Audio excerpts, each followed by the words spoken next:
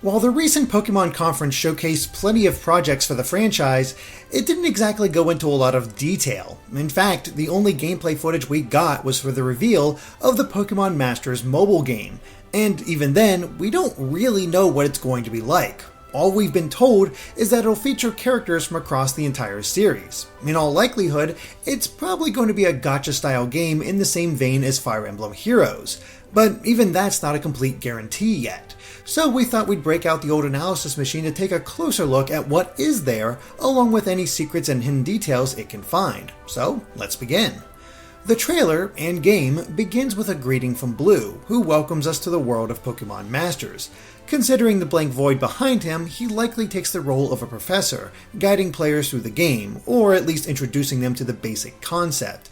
We then get a look at the male player trainer and a Pikachu as it runs around him, almost as if the two had just become partners. And if that is the case, is Pikachu the default, or will players get to choose their starter? More curious is what's behind the two. This looks to be a Pokemon Center with the kiosk in the middle, and even a woman that looks to be a nurse.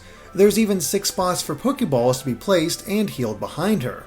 But the kiosk itself is quite different from the standard Pokemon Center. At the top is a rotating display featuring different Pokemon sprites. If this is a gacha-style game, then perhaps this is where new Pokemon are pulled from? We're not exactly sure, and the signs on either side of the kiosk isn't making things any clearer. On the left is a Pokeball, while the right features what looks to be a Pokeball with a tail. It's hard to say what either means. Perhaps the Pokeball leads to an item shop or a place to store Pokemon, while the Pokeball with a tail is where new Pokemon are obtained? We really don't know, but this is a big place as we can also see stairs leading to the second floor, which is lined with rooms. Maybe players will get their own room to decorate in the game? We then get a look at Cynthia and Rosa in the middle of town. It seems to be a pretty big place as homes are lined all along the hills. We don't exactly know Cynthia's role though, as she only introduces herself. That said, we can see a black belt trainer in the background. But by that same token, we then get a scene with Misty with her Pokemon Let's Go design on the beach.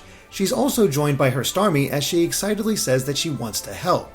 What we're not sure of is whether this is the player encountering Misty in the game and recruiting her, or a short scene that plays after obtaining her via a gacha pool. It's then that we get a brief look at the battle system, which appears to be focused on 3v3 fights. The player is joined by Brock and Misty as they face Rosa, a male ace trainer from Sun and Moon, and a female ace trainer from Omega Ruby and Alpha Sapphire. Perhaps the named trainers that you face don't usually work together and are instead joined by the various trainer classes from throughout the series. And since we're facing off against Rosa, maybe this takes place shortly after the encounter with Cynthia as a kind of tutorial battle. There's not a lot of context, but we do see that Pikachu only has the move Thundershock.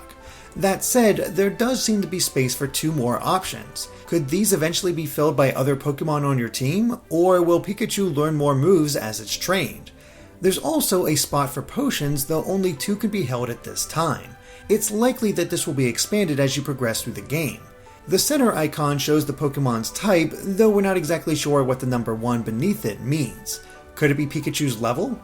On the other side of the trainer is Brock and Misty, who uses Onix and Starmie respectively. Their UI is similar to the players in that they can only use 2 potions and have open spots. However, we can't see their exact moves, only what type they are. On the opposite side, the male trainer has a Drifloon, Rosa has a Snivy, and the female trainer has a Fletchling. Each of their weaknesses is shown as well to provide a handy guide for newcomers, and this is likely why Onix has a caution sign next to its head. It's weak to Rosa's Snivy. But then Starmie should have a warning as well. Does this mean Onix is the only one being targeted? Otherwise, we see that beneath Snivy's grass symbol is a 3, so maybe this does indicate the main trainer's level. Beneath the health bar of all 3 trainers are 2 symbols, a star and a circle. We're not sure what either means, but a star is prominently displayed behind the Pokémon Masters logo. Perhaps this is the main currency that players are trying to earn? What has us perplexed though is the battle itself, as Pikachu attacks Snivy despite the game clearly indicating Drifloon is weak to it. Can Pokemon only attack what's ahead of it? If so, then why would Onix be in danger? It's likely just a bad choice on the part of the player. But this also demonstrates what the bars at the bottom of the screen do. At the moment, the max is 4, and choosing an attack drains 1 bar, though it immediately begins to refill.